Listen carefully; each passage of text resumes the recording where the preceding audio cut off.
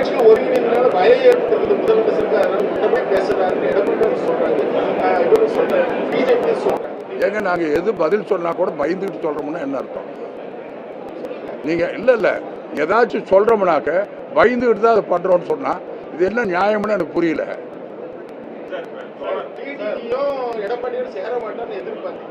நாங்க அப்படியெல்லாம் எதிர்பார்க்கவே இல்லை. அவங்க இவ்வளவு தூரம் கஷ்டப்பட்டு சேர்றாங்கன்னா அப்ப எங்களை பார்த்து பயம்னு தான் அர்த்தம். நாங்க இங்க பாருங்க, 1000 கட்சி ஒன்னா சேரட்டும். திமுக திட்டங்களை இந்த மக்களுக்கு செய்திருக்கிறது, முதலமைச்சர் செய்திருக்கிறார், துணை முதலமைச்சர் அதே வேலையாக இருக்கிறார். அதனால நாங்க அதை நம்பி இருக்கிறோம். நாங்க பயப்பட வேண்டிய அவசியம் இல்லை. மக்கள் தெளிவா இருக்காங்க. நாங்க எங்களால் முடிந்த அத்தனை வேலைகளையும் நாங்கள் செய்திருக்கிறோம். இதை விட திட்டங்கள் யாரும் கொண்டு வர முடியாது. அவ்வளவு திட்டங்களை தினம்தோறும் கொண்டு வந்து கொண்டிருக்கிறார். அதை பார்த்து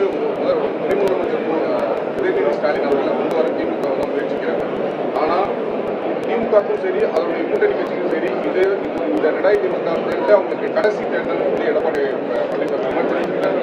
ஏங்க அவர்கிட்ட கடவுளா என்னங்க சொல்றீங்க? ஒரு எதிர்கட்சி அவர் அப்படித்தான் பேசுவாரு, வேற என்ன மாதிரி பேசுவாரு? மறுபடியும் திமுக விடுமுன்னா அவர்கிட்ட சொல்லி எதிர்பார்க்க முடியும்? அப்படி எதிர்பார்க்க முடியாது. நீங்க அங்க இருக்கிற எல்லா கட்சியும் நாங்க தான் ஆட்சிக்கு வருவோம்னு பேசிக்கிட்டு இருக்காங்க. ஆனா அவங்களுக்கு மனசுல தெரியும் திமுக தான் அடுத்தது ஆட்சிக்கு வரும். துணை முதலமைச்சர் அவர்களை அந்த கட்சியில் இருக்கிறவங்க அங்கீகரிக்கிறார்கள், பொதுமக்கள் அங்கீகரிக்கிறார்கள். ஆனால் தளபதி அவர்கள் இன்றைக்கு இந்த ஆட்சியை மிக சிறப்பாக நடத்தி கொண்டிருக்கிறார்கள். இதுல அங்க எந்த விதமான போட்டியோ அல்லது இப்படி கொண்டு வந்தோம் அப்படி கொண்டு வந்தோம் அந்த எண்ணமும் அல்ல. அதுல எல்லாரும் உழைக்கிறார்கள். இதுதான் இருக்கிற கணக்கை ஒழிய அவர்கள் இதை பாராட்டுவாங்க, அவங்க பரவாயில்லன்னு சொல்லுவாங்கன்னு சொல்ல முடியாது. நீங்க தனியா வேணா வீட்டில் போய் கேட்டு பாருங்க, அவர் சொல்லுவார்.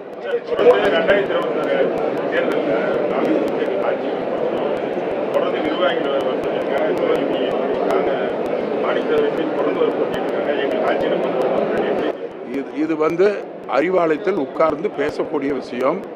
அது ஒவ்வொரு கட்சியும் தங்களுக்கு உண்டான உரிமைகளை கேட்பார்கள். ஆனால் அந்த பேச்சுவார்த்தை முடிகிற பொழுது அவர்கள் எப்படி முடித்தால் வெற்றிகரமாக வரும் என்பது ஒவ்வொருவருக்கும் தெரியும். இது ஒவ்வொரு காலகட்டத்திலையும் நடக்கிற விஷயம். எனவே அறிவாலயத்தில் அதை முடிப்பாங்க. அதற்கு நாங்கள் பதில் சொல்லுவது அவ்வளவு நியாயமாகவும் பொருத்தமாகவும் இருக்காது.